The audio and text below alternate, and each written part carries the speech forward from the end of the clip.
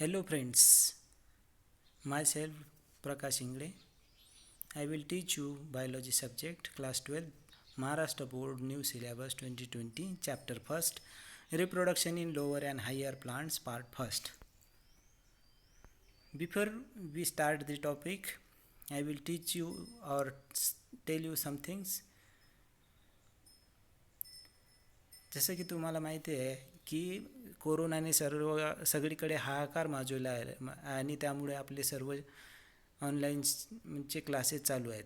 आपल्या सर्व कॉलेज शाळा सर्व बंद आहेत आणि बंद असल्यामुळे आम्ही व्हिडिओच्या माध्यमातून तुम्हाला ऑनलाईन शिक्षण देण्याचा प्रयत्न करणार आहोत आणि जे तुम्हाला हे ऑनलाईनचे क्लासेसवरून तुम्ही आपल्याकडे जे पुस्तकं आम्ही प्रोव्हाइड केलेले आहेत या पुस्तकामधून तुम्ही अभ्यास करायचा आहे. तर चला मग पहिल्या टॉपिकला सुरुवात करतो. Reproduction in lower and higher plants. What is reproduction? Reproduction is the production of young ones like parent. It is an essential process which lead to continuations of species. Reproduction म्हणजे काय तर production of young ones. Reproduction हे काय आहे? एक production आहे. कशाचं? Young वन्सचं. Young once म्हणजे जे पुढची पिढी येईल त्याला आपण यंग वन्स म्हणू. Like parent. आता यंग वन्स कसे असतील? त्यांच्या पॅरेंट सारखेच. आता पॅरेंटसारखे म्हणजे काय की जर मँगो असेल तर तो त्याच्या पॅरेंटसारखाच दिसेल. म्हणजे मँगोचं जे झाडामधून त्याचे जे नवीन रोप तयार होईल हे सुद्धा मँगोचंच तयार होईल. ह्युमन बिंग असेल तर त्यामधून पुढच्या पिढीमध्ये ह्युमन बिंगच तयार होईल. म्हणजेच ते आपल्या पॅरेंटसारखे एक प्रोडक्शन तयार होईल. त्याला आपण रिप्रोडक्शन म्हणतो. It is an essential process. ही एक इसेन्शियल प्रोसेस आहे which lead to continuations of species. आणि ही एक अत्यावश्यक प्रोसेस असून कंटिन्युएशन्स ऑफ स्पेसिस आपले जे स्पेसिस आहे याला कंटिन्युएशन मिळण्यासाठी म्हणजे एका पिढीतून दुसऱ्या पिढीतून तिसऱ्या हे जे कंटिन्युएशन आहे हे कंटिन्युएशन मिळण्यासाठी रिप्रोडक्शन अत्यावश्यक आहे. It is a essential process. Each organisms has on particular methods. प्रत्येक ऑर्गॅनिझमची आपली वेगवेगळी स्वतःची पर्टिक्युलर मेथड असते रिप्रोडक्शनची. आता ही रिप्रोडक्शनची स्वतःची मेथड कशी असेल तर आंब्यामधून पुढचं जे रोप येईल ते आंबाच येईल. त्याच्या सीडमधून आपल्याला मँगो पाहायला मिळेल. जर ॲनिमलची आपण गोष्ट केली रिप्रोडक्शनच्या बाबतीत तर त्यामध्ये जर ह्युमन बिंग असेल तर तो आपल्या पिल्लांना म्हणजे जर ॲनिमल्स असतील तर ते आपल्या पिल्लांना जन्म देतील. ह्युमन बिंग असेल तर मेल फिमेल याचा अंतर्भाव होईल.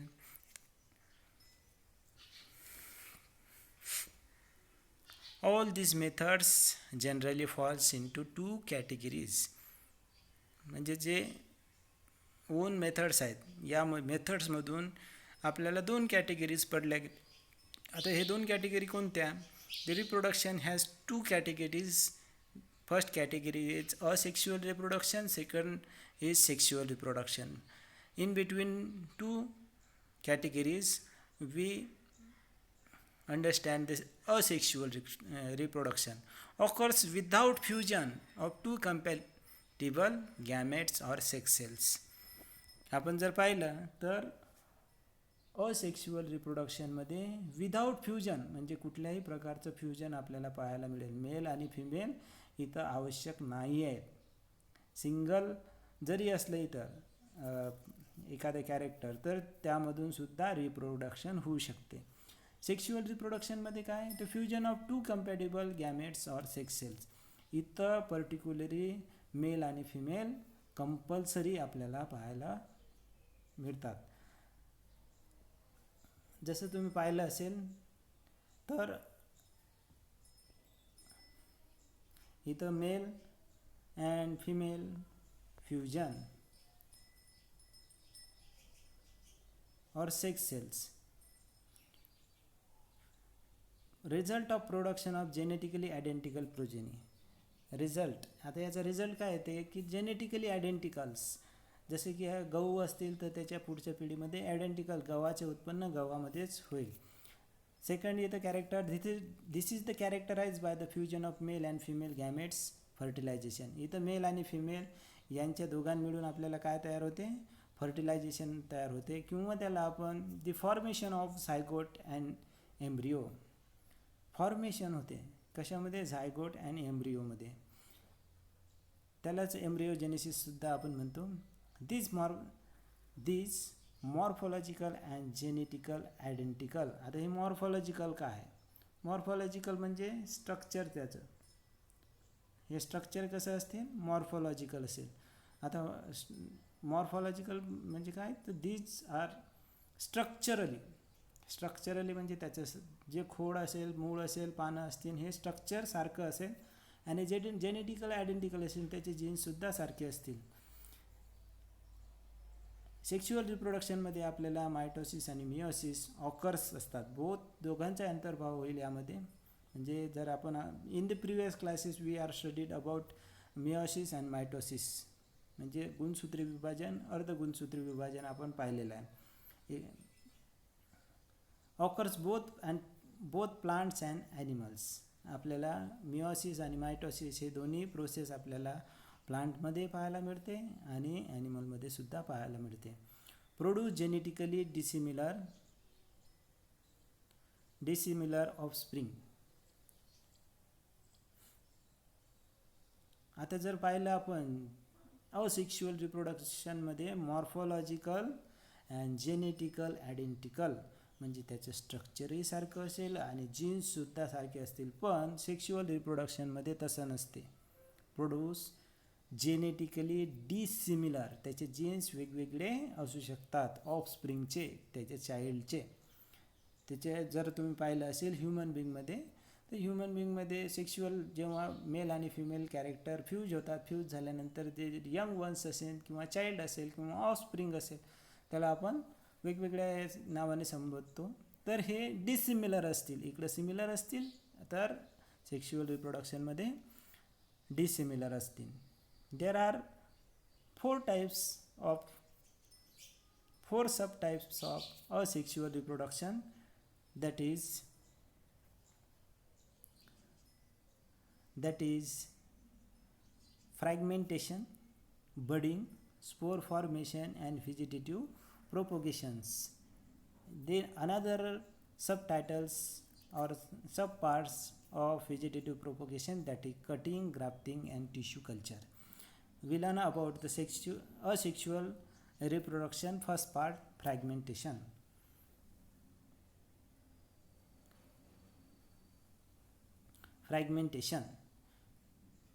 Fragments means breaking down into fragments due to some reasons. जर का आपल्याला एखाद्याचं एक्झाम्पल पाहिलं असेल आपण स्पायरोगाराचं, तर स्पायरोगारा जर पाहिलं तर पूर्ण प्रतिकृती आपल्याला ही स्पायरोगाराची एक पूर्ण प्रतिकृती आहे किंवा फिगर आहे. याला जर याचं ब्रेकडाऊन झालं, हे मधातून असे ब्रेकडाऊन झाले की दोन भाग विभाजित होतात आणि सेम प्रोडक्शन होते. इकडंसुद्धा रिप्रोडक्शन होते आणि इकडंसुद्धा रिप्रोडक्शन होते. रिप्रोडक्शन झाल्यानंतर न्यू स्पेसिस तयार होते, त्याला आपण फ्रॅगमेंटेशन असे म्हटलेलं आहे. बघा, हे स्पायरोगाराची the figure is spirogyra and the breaking down into fragments due to some reasons. हे ब्रेकडाऊन झालं आहे. ब्रेकडाऊन झाल्यानंतर दोन नवीन स्पेसिस तयार झालेल्या आहे, आपण त्याला फ्रॅगमेंटेशन असे म्हटलेलं आहे. सेकंड पार्ट येते यामध्ये बडिंग. आता बडिंग जर पार्ट पाहिला आपण, तर यामध्ये काय होते, मोस्ट कॉमन असेक्शुअल रिप्रोडक्शन. हे एक मोस्ट कॉमन असेक्शुअल रिप्रोडक्शन आहे. आता जर पाहिलं आपण most common asexual reproduction occurs by producing young one or more outgrowth or birds. आता हे एक सिंगल स्पेसिस आहे. आता या सिंगल स्पेसिसमधून हे एक बर्ड तयार झालं आहे आणि बर्ड तयार झाल्यानंतर याला पुन्हा एक नवीन बर्ड तयार झालं, पुन्हा एक नवीन बर्ड तयार झालं. इथून जे आपण याला न्यूट्रिशन प्रोव्हाइड करू, पहिल्यातून दुसऱ्याला, दुसऱ्यातून तिसऱ्याला, तिसऱ्यातून चौथ्याला, आणि चेन्स ऑफ बर्ड तयार झाले. तर हे मदर सेल आहे आणि मदर सेलमधून एक सिंगल आउटग्रोथ तयार झाला आहे किंवा एक बड तयार झालेला आहे. मग एकापेक्षा जास्तही ते बड तयार होऊ शकतात. म्हणजेच त्याला आपण काय म्हटलेलं आहे, budding. From this birds new organisms is formed. म्हणजेच या मदर सेलमधून एक न्यू जे बर्ड्स आहे हे बर्ड्स काय करेल, एक नवीन ऑर्गॅनिझम्स फॉर्म करेल. ठीक आहे. पहिल्या याच्यात काय पाहिलं होतं, ब्रेकिंग डाऊन. स्पायरोगारामध्ये जे 2 तुकडे होतील आणि 2 नवीन स्पेसिस तयार होतील. दुसऱ्या याच्यामध्ये काय, एक बर्ड तयार होईल आणि दुसरा बर्ड, मग तिसरा बर्ड, मग चौथा बर्ड, अशा नवीन नवीन स्पेसिस त्यामध्ये तयार होतील. तिसऱ्या याच्यामध्ये बघा महत्त्वाचा पॉईंट आहे स्पोर फॉर्मेशन. आता स्पोर फॉर्मेशनमध्ये जर पाहिलं आपण, स्पोर फॉर्मेशनमध्ये जर पाहिलं, आता इथं बघा स्पोर फॉर्मेशन आहे. Spore formations occurs with the help of spores. आता हे इथं काय आहे, ही एक डायग्राम आहे. आता हे झूस्पोरॅन्जियमची एक डायग्राम आहे. हे आता या झूस्पोरॅन्जियममध्ये काय आहे बघा, पॅरेंट सेल आहे. आता हे पॅरेंट सेल आहे, ही एवढी पॅरेंट सेल आहे आणि स्पोरॅन्जियम आहे यामध्ये. आता हे स्पोरॅन्जियम मेनली ऑकर्स इन फ्लॅजिलेटेड बॉडी. आता हे जे स्पोर्स आहे इथं काय येतील, हे स्पोर्स येतील इकडं असे, आणि याला असे फ्लॅजेला येतील. म्हणजे एक अशा प्रकारची याला फ्लॅजिलेटेड बॉडी तयार होईल याची. The motile zoospore is chlamydomonas can grow independently into new ones. आता यामधून जर पाहिलं आपण, हे इथं पॅरेंट सेल आहे. या पॅरेंट सेलमधून अशा प्रकारे हे इथं बाइंड झालेले आहे एकमेकांमध्ये, एका गुच्छामध्ये किंवा मग बंचमध्ये, क्लस्टरमध्ये इथं बंच झालेले आहे. पण जेव्हा ते झूस्पोर तयार होतील या बंचमधून, हे जे स्पोरॅन्जियम आहे, हे स्पोरॅन्जियम इथून ब्रेक होईल. ब्रेक झाल्यानंतर ते बाहेर पडतील आणि याच्यासारखा स्पोरॅन्जियम तयार होतील. जेव्हा ते वेगवेगळे बाहेर पडतील, याला काय आहे, स्पोर आहे, हे फ्लॅजिलेटेड, हे फ्लॅजेला आहे यामध्ये. ठीक आहे. पहिल्या उदाहरणात आपण पाहिलं आहे की जे स्पायरोगार आहे याचे तुकडे तुकडे होतील आणि सेपरेशन होऊन 2 नवीन स्पेसिस होतील. सेकंडमध्ये काय बघितलं आपण, बडिंगमध्ये एक bird, second bird, third bird, fourth bird आणि त्याच्या मदर सेलपासून नवीन बर्ड तयार होते. थर्डमध्ये बघितलं आपण स्पोर फॉर्मेशन होईल. स्पोरच्या मदतीने, फ्लॅजिलेटेड बॉडीच्या मदतीने आपण एक नवीन स्पेसिस आपल्याला इथं पाहायला मिळेल. आता नेक्स्ट इथं जर पाहिलं तर यामध्ये आपल्याला व्हेजिटेटिव्ह प्रोपगेशन हे 4th सब पार्ट आहे असेक्शुअल रिप्रोडक्शनचं. आता यामध्ये जर पाहिलं आपण,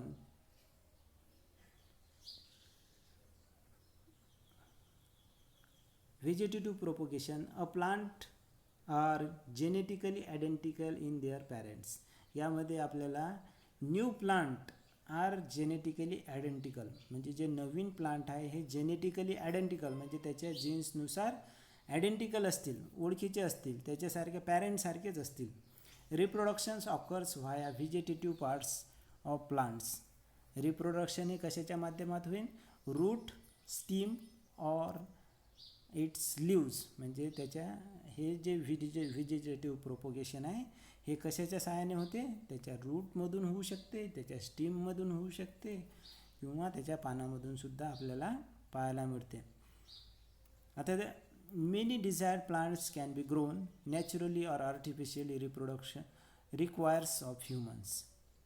आता काही प्लांटचे आपल्याला, जसे की इथं आपल्याला हे मिळत नाही की बऱ्याच वेळेस आपल्याला त्याचे बी मिळत नाही, तर आपल्याला आयडेंटिकल ट्विन्स करावं लागते किंवा त्याचे एक मल्टिपल कॉपी तयार करावं लागते. तर यामध्ये आपण ते मिळू शकतो. तर व्हेजिटेटिव्ह प्रोपगेशन्स त्यामधली फर्स्ट मेथड्स आहे कटिंग. आता यामध्ये कटिंगमध्ये काय, the small vegetative कटेड part of plant which having more buds is used for propagation. Stem cutting, rows and leaf cutting is sansevieria. आता इथं जर पाहिलं असेल, जर आपल्याला एखादं गुलाबाचं झाड लावायचं असेल तर त्याचं आपण एक काय करतो, स्टीम घेतो म्हणजे एक खोड घेतो, वरचा भाग कट करतो आणि खालचा भाग कट करून जिथं त्याला आपल्याला लागवड करायची आहे किंवा मग त्याला न्यू प्लांट जर बनवायचं असेल तर त्याचे कट पीसेस बनवून ते आपण एखाद्या कुंडीमध्ये लावतो किंवा मग एखाद्या मातीमध्ये ते लावून तिथं ग्रो करतो, त्याला आपण कटिंग म्हणतो. Second part is grafting. Joining of two parts of plant in a such a way that they can grow as one single plants. आता इथं काय काय दोन जॉईनिंग केलेले असतील प्लांट. आता हे एक प्लांट आहे आणि हे एक प्लांट आहे.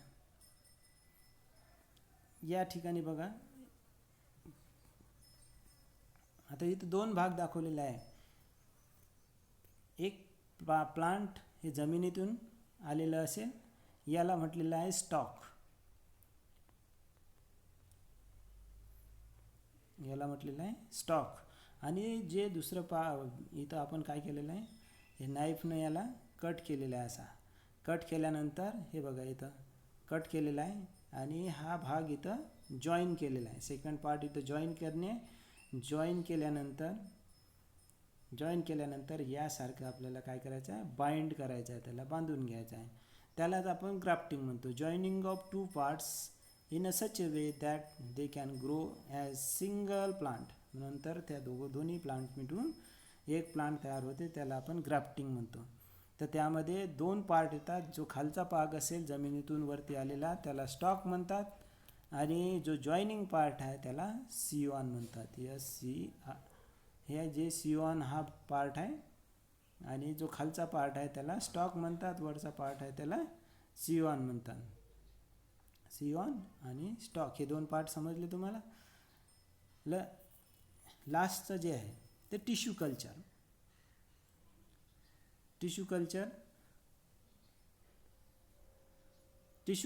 By this method, small amount of plant tissue are carefully grown to give many other plants. Micropropagation is the method of usable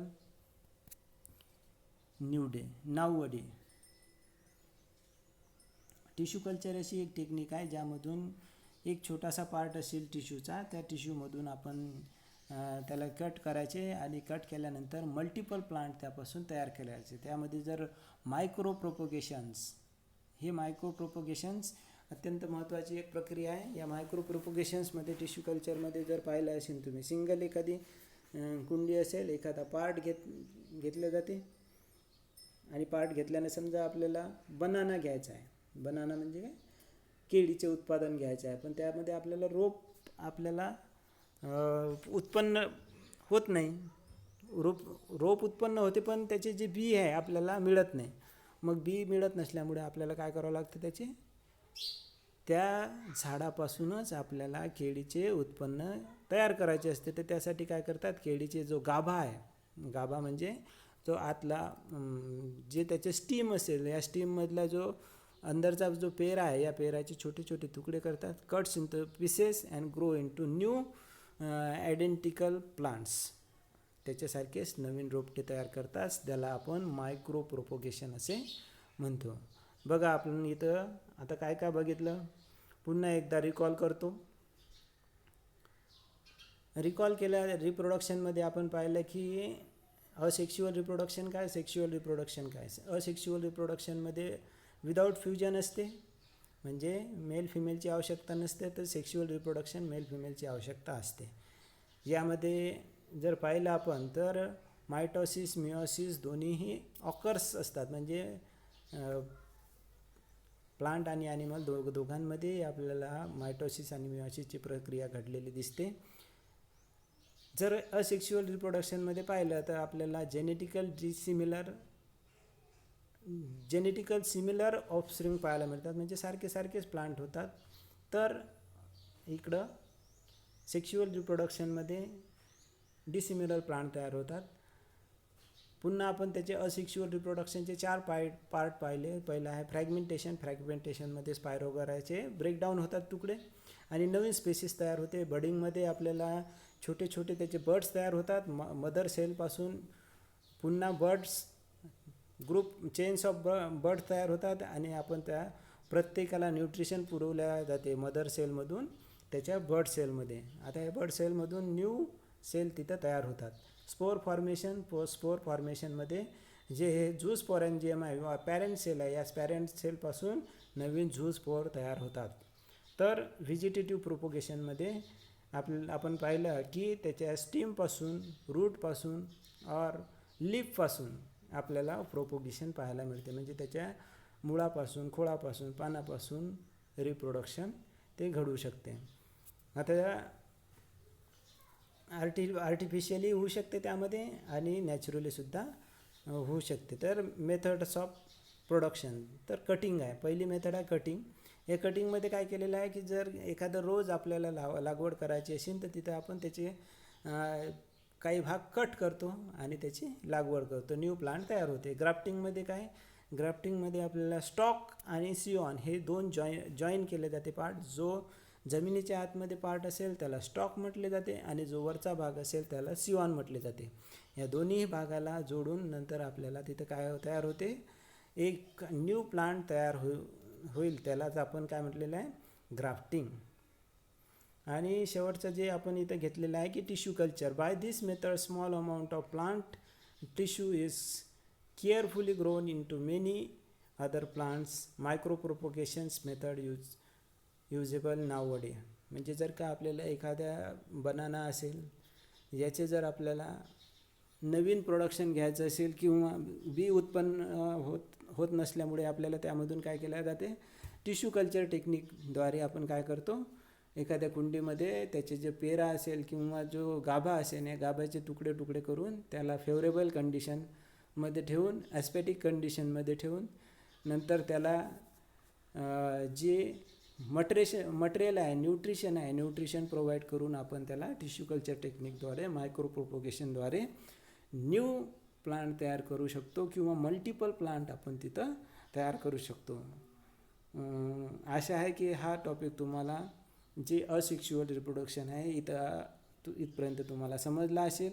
पुढचा जो टॉपिक आहे सेक्शुअल रिप्रोडक्शन, हे सेक्शुअल रिप्रोडक्शन मी तुम्हाला पुढच्या टॉपिकमध्ये किंवा पुढच्या व्हिडिओमध्ये नक्की सांगणार आहे. तर आशा करतो तुम्हाला ह्या टॉपिक आवडला असेल. नसेल तर तुम्ही काय करायचं, लाईक, शेअर आणि कमेंट करायचे आहेत मला, किंवा फोन करून सांगायचं आहे की ह्या टॉपिकमध्ये इथं मला समजलं नाही, मी तुम्हाला फोनवर पुन्हा ते सांगेल. Okay, thank you.